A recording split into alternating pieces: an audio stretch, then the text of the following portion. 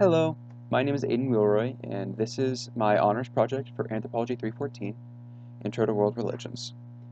I attended a Shabbat service and interviewed Miriam Edelman from the Manhattan Jewish congregation. Both over the Shabbat service and the interview, I learned a lot about Judaism as a whole, and specifically learned about many ideas and practices done in Reform Judaism. First and foremost, there are three primary different groups of Jews. These are the Orthodox, which are the furthest right. They're conservative, which is the middle ground, and then there is the Reform, which is the furthest to the left, which was caused by Enlightenment, and which only sees the ethical commandments as being binding, as conservative sees that all the commandments are binding, but don't follow all of them, and the Orthodox find everything is binding and you have to follow everything. Secondly, I learned how important it is to be literate in this faith. In history, for many years, especially during the Middle Ages, only the elite and the men of the cloth were taught to read. This was certainly not the case in Judaism. Judaism differed because it was important to read the text and understand them and be able to interpret them for oneself. In this case,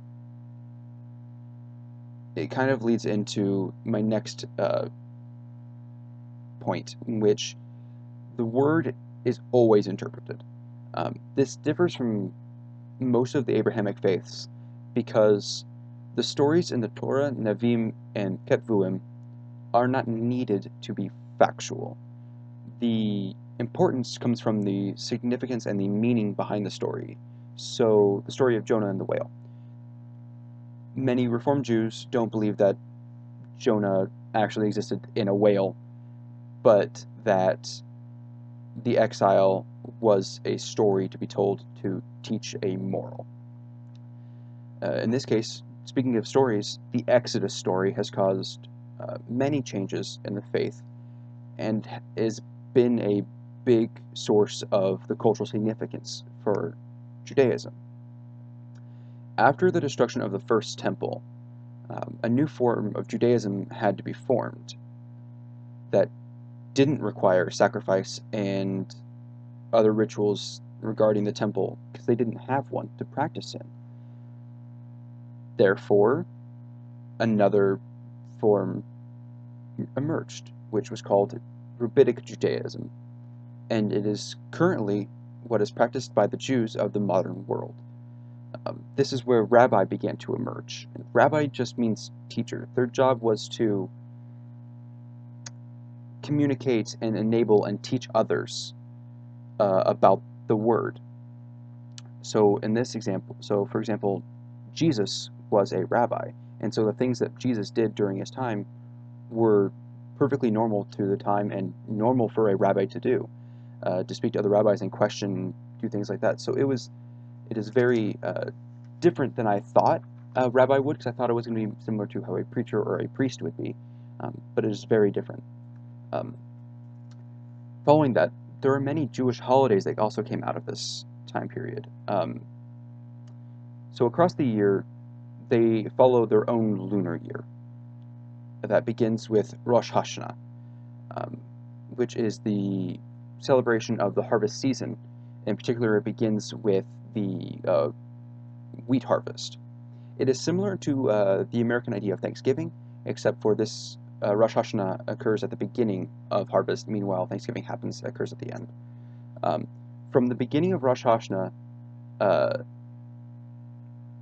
in the following month, there are 5 significant holidays that occur within that 1 month. And this month is a time of introspection and turning around and becoming a better person. The 10 days of repentance leading up to Yom Kippur is especially what this time is meant for.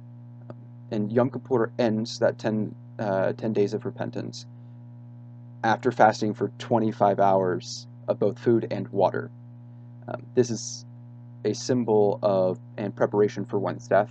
So many Jews often wear white linens and cloth similar to how they would be buried. And it can bring a lot of peace to a person going through problems. Another thing that was very different for me is Judaism, unlike Christianity, it does not claim to be the only truth. There can be other truths, which I found very interesting. Because generally, I thought that if you followed a religion, you had to be like, this is the way, this is the only way, and that's just not how it is. Following on that, being the Jews being the chosen people of God is different than what I had previously believed. I thought they're chosen in an honorable way, like they are they are the apex. Jews don't see it that way. They see that they were chosen for responsibility, which is very different from what I thought. Another difference is the messianic idea. There is an idea that there will be a time in which the world is at peace and is perfect, and that is either an age that is brought upon by the Jews, or that is a person who then that age then begins with. With social beliefs and science, they've surprised me. They're very open to science, and they believe in most medical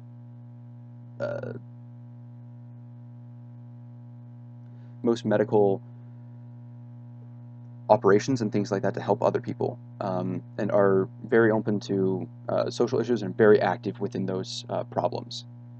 So in conclusion, I learned a great deal about Judaism. It definitely was different from what I thought it was going to be, and it challenged my own beliefs and has made me think more critically about my own faith, and has taught me to be more open to other religions as well.